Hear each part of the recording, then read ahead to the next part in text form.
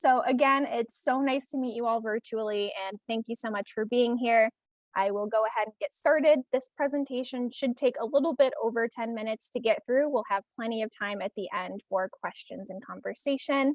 And I will also mention that many of these slides do come from Al Gore's Climate Reality Project. They were developed specifically for this purpose, and I would like to give credit where credit is due. So Climate Reality is a really great resource, and I encourage you to check it out if you haven't already done so. But with that, let's get started. Okay, so this is the first picture of the Earth fully illuminated that any of us ever saw. It was taken on the last of the Apollo missions, and it changed the way that humanity thought about our common home. It reminds us that we are all connected and that our actions have an impact on our planet. So at this point, there are only 3 questions remaining when it comes to the climate crisis. Must we change?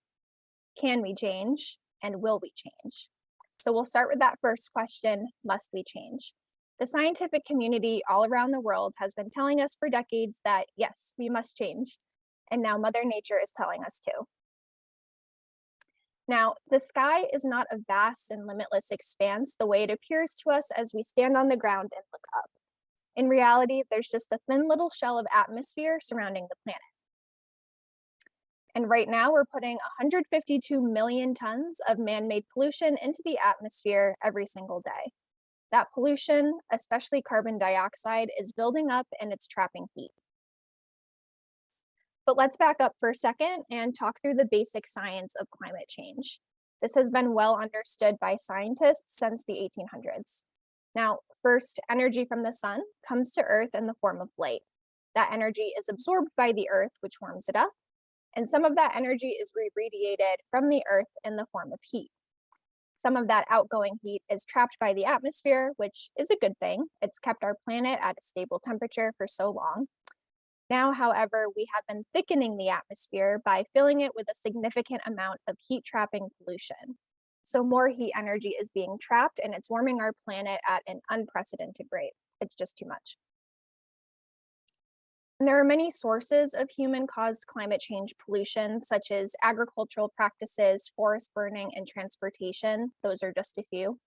But the main source and cause of the rising global temperatures that we're seeing today is the burning of fossil fuels.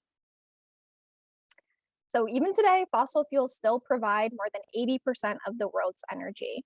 Fossil fuel use and emissions have gone up dramatically since World War II. And in the last few years, there was a leveling off as the world adopted more and more clean energy solutions until after a recent spike in pollution. So as a result of this pollution being trapped in the atmosphere, global temperatures have risen dramatically over the years. And 19 of the 20 hottest years ever measured with instruments have occurred since 2001. Not great. And the number of climate-related extreme weather events have been going up worldwide, according to the insurance industry.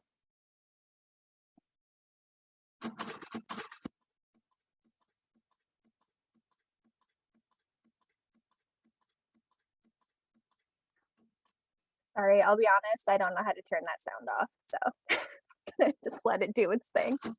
Perfect, there we go. So the cost of carbon is not cheap, as you just saw and heard. And all of these threats, including many that we have not even covered here, and the fact that the World Economic Forum says that climate change is the #1 threat to the global economy, it helps to answer the question, must we change? But what does all of this have to do with Vermont? Isn't our Green Mountain State pretty green? Aren't we climate action leaders here in the United States? Not quite. We still have a lot of work left to do. So climate change is here. It has been affecting our state for a while now, and you've probably noticed many of the distressing and heartbreaking impacts of it. So winters are getting warmer. Summers are getting hotter. We're seeing more flooding, and strangely, also more drought. There's species loss, algae blooms, heat waves, air quality warnings, tropical storms, ticks and Lyme disease, mental health crises, and a mass migration, which brings a lot of opportunity to the state, but with it, a housing crisis that's making it difficult for folks to find a home. Climate change is also viciously unfair. The people who are least responsible for the climate crisis are the ones who are most disproportionately impacted by it. BIPOC and low-income Vermonters already face inequities surrounding access to healthy food, education, jobs, housing, and transportation. And climate change impacts unfairly favor these communities as well, making them more likely to suffer from extreme weather events and health consequences. And what I'm currently speaking about is what we know to be true here and now. Imagine how young Vermonters must feel growing up in a world with such uncertainty. And if you've heard the latest from the IPCC, you already know that we're close to reaching our limits to potential climate change mitigation and adaptation. And as we saw earlier, the cost of carbon adds up to much more than a dollar amount, but our pockets are certainly affected as well. UVM researchers estimate over $5 billion in damages over the next 100 years. And in 2021, the University of Vermont released the Vermont Climate Assessment. So I'm going to quickly share just some of those findings along with a few other relevant findings right now. So according to the Vermont Department of Health and the Environment, on average, spring is arriving 2 weeks earlier and winter is arriving 1 week later due to rising temperatures. Annual precipitation has also increased by nearly 7 inches since 1960. Winter temperatures in Burlington have increased over 7 degrees on average since 1970. And because of that, we're seeing a lot less snowfall and earlier ski mountain closures on average. We're also seeing less ice and earlier lake thaws than ever before, which means we have less time to enjoy our favorite outdoor winter activities. Summers are warming up too, over 3 degrees on average since 1970. And that may not sound like a lot, but it can make a really, really big impact on our environment and those who are living in it. We faced summer days where nearly every corner of the state experienced over 90 degrees, and the data shows us that these hot summer days are likely to continue. So to put it really simply, we're seeing a lot less blue and a lot more red. And with these continuous changes in temperature, we're also seeing an increase in major disaster declarations, which arise from severe storms, precipitation, flooding, high winds, landslides, and freezes. Climate impacts can also do a number on the human body. Health risks from dangerous pollution include developmental and reproductive harm, asthma, lung cancer, cardiovascular harm, susceptibility to infection, and premature death, just to name a few. And on a similar note, heat stress and emergency department visits are increasing due to the extended periods of high temperatures. And now these warmer, wetter environments are really great for ticks, which have made their presence known more than ever before. You've probably had an experience with one or two. And these critters are not just a nuisance to people and pets, they can carry Lyme disease and put living beings in life-threatening situations. So anyway, climate change is a global problem, sure, but it is a local problem as well. And there's a lot that we're doing here in the state that is accelerating these impacts. While some of that warming is natural, you'll see that most of it is unfortunately human caused. Now in Vermont, the biggest climate change culprit is transportation, contributing to 40% of the state's greenhouse gas emissions. The second largest contributor comes from the thermal industry, the way we heat our homes, but agriculture, industry, electricity, and waste management also do play a role as well. So clearly, we have some work to do. We need to significantly cut back on emissions in order to meet the requirements of the Global Warming Solutions Act, and we only have a few years to make that happen. But as Governor Phil Scott once said, global climate change is a fundamental threat to Vermont, to our economy, environment, and way of life. So back to that earlier question, must we change? It is an emphatic yes. And what about that second question? Can we change? Well, the good news is that we have the solutions at hand, and I will pass things over to Jane now so she can tell you a little bit more about that. Thanks so much, Jordan, and thank you for taking so much information and really kind of summarizing it in such a beautiful way and making it, really understandable close to home. So I think the next really important thing to kind of get into is talking about renewable energy. Alternative energies obviously provide a lot of hope. Wind energy was predicted to provide 30 gigawatts of electricity worldwide by 2010. And in 2019, we exceeded that prediction by 20 times over. That's pretty incredible. Wind energy, that growth in this energy being built around the world just shows an overwhelming exponential curve. And wind energy could supply 40 times more electricity than the entire world currently uses. That gives me a lot of hope. And that's pretty remarkable. We're just talking about wind here. And so then delving into solar, an industry that I'm pretty familiar with actually, solar energy tells an even more dramatic story.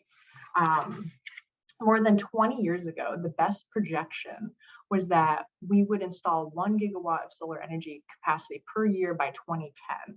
By 2010, we exceeded that goal by 17 times. And in 2019, we exceeded that goal by 121 times. World solar, even more dramatically than with wind, we see an exponential curve in the amount of solar energy installed around the world, which is incredible. And just as important as the technology, we should talk about the cost. We've seen with other technologies such as like computers and phones and all those kind of fancy gadgets we use these days, those costs have gone down and solar costs have also fallen dramatically. In some regions, solar energy is less than half the cost of electricity from burning coal. And then there's many options in terms of going solar. One in particular that we want to talk about tonight is that the fact that many countries where there's no universal electricity grid, we are seeing consumers and businesses leapfrog on old technologies and install solar panels in places that have long been denied solar access, which is a very, very cool trend to see in the world. And then with all of this electricity and the rates in which that's being adopted, electric vehicles are also one of those very common things that we're seeing. So all of these automobile manufacturers are now offering or preparing to offer electric vehicles.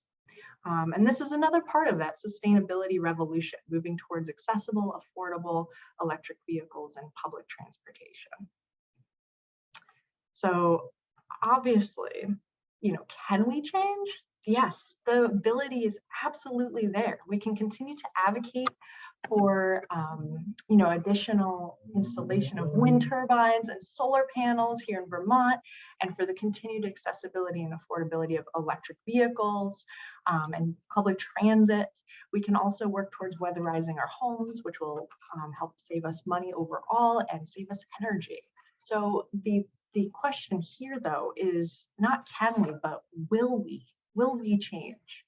Can we do these things? I certainly would not be here tonight and be working in this field if I didn't think so. We've been doing a lot of important and exciting work here in Vermont. For instance, like introducing the state's first environmental justice bill, which passed in the most recent legislative session. We're getting more folks on board to embrace the renewable energy options here in the state. We're advocating for the Revolutionary Clean Heat Standard and the Transportation Innovation Act. But with all of these incredibly hopeful things and hopeful changes we're pushing for, it's one of those things where we just cannot do it alone. We absolutely need your help. We need Vermonters to raise their voices and tell elected leaders that climate action must happen now. We have no time to wait. We need to vote for climate champions across the state at the polls and make sure that they follow through on all of their promises, especially with climate. And we can do this work. And as long as we do it in a collective manner, it's going to benefit all of us in a very, very significant way. And the great news is we don't need to be scientists to advocate for climate action. We just need to have a base level understanding of what's going on. With this brief presentation, you already have more than enough information to get started, which is so, so cool. So with that, shifting kind of to the what's next, which is my favorite part, Keep Vermont Cool is this campaign that was recently launched here because we know winters are getting warmer and summers are getting hotter, and climate change is affecting what we know and love about this state, and we need to make some big changes. We do hope that you will join us by signing the petition at keepvermontcool.org. Jordan will also share that link in the chat. And we have tons of virtual and in-person events and resources that you can access, which are regularly announced on all of our social media, so like Facebook, Twitter, Instagram pages, using the handle at Keep Vermont Cool, which is up on the screen. And then a couple things I want to do some shameless plugs on, and things that Jordan has worked really hard to organize. We'll be marching in this year's Montpelier Independence Day Parade on Sunday, July 3rd at 6 p.m. You can totally RSVP to get a free Keep Vermont Cool shirt, which are great. I'm sporting one right now, although you can't see it. Jordan will definitely share that RSVP link in the chat for you. And another webinar that we're going to be hosting is on Thursday, July 21st at 6 p.m. And it will feature climate activist, author, and educator Bill McKibben. And he'll be talking about his new organization called Third Act, which is an organization that empowers and helps folks over 60 years old take action with climate, which I think is an incredible opportunity, especially here in Vermont.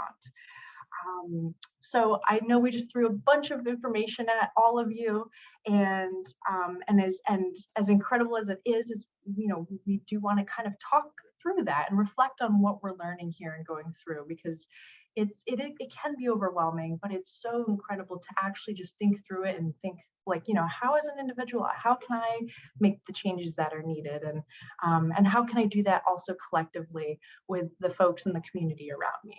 So let's switch gears and actually open the floor to any questions and any of the comments or thoughts that you might have that came up naturally throughout this conversation we're having today, because we would love to hear your perspective on things.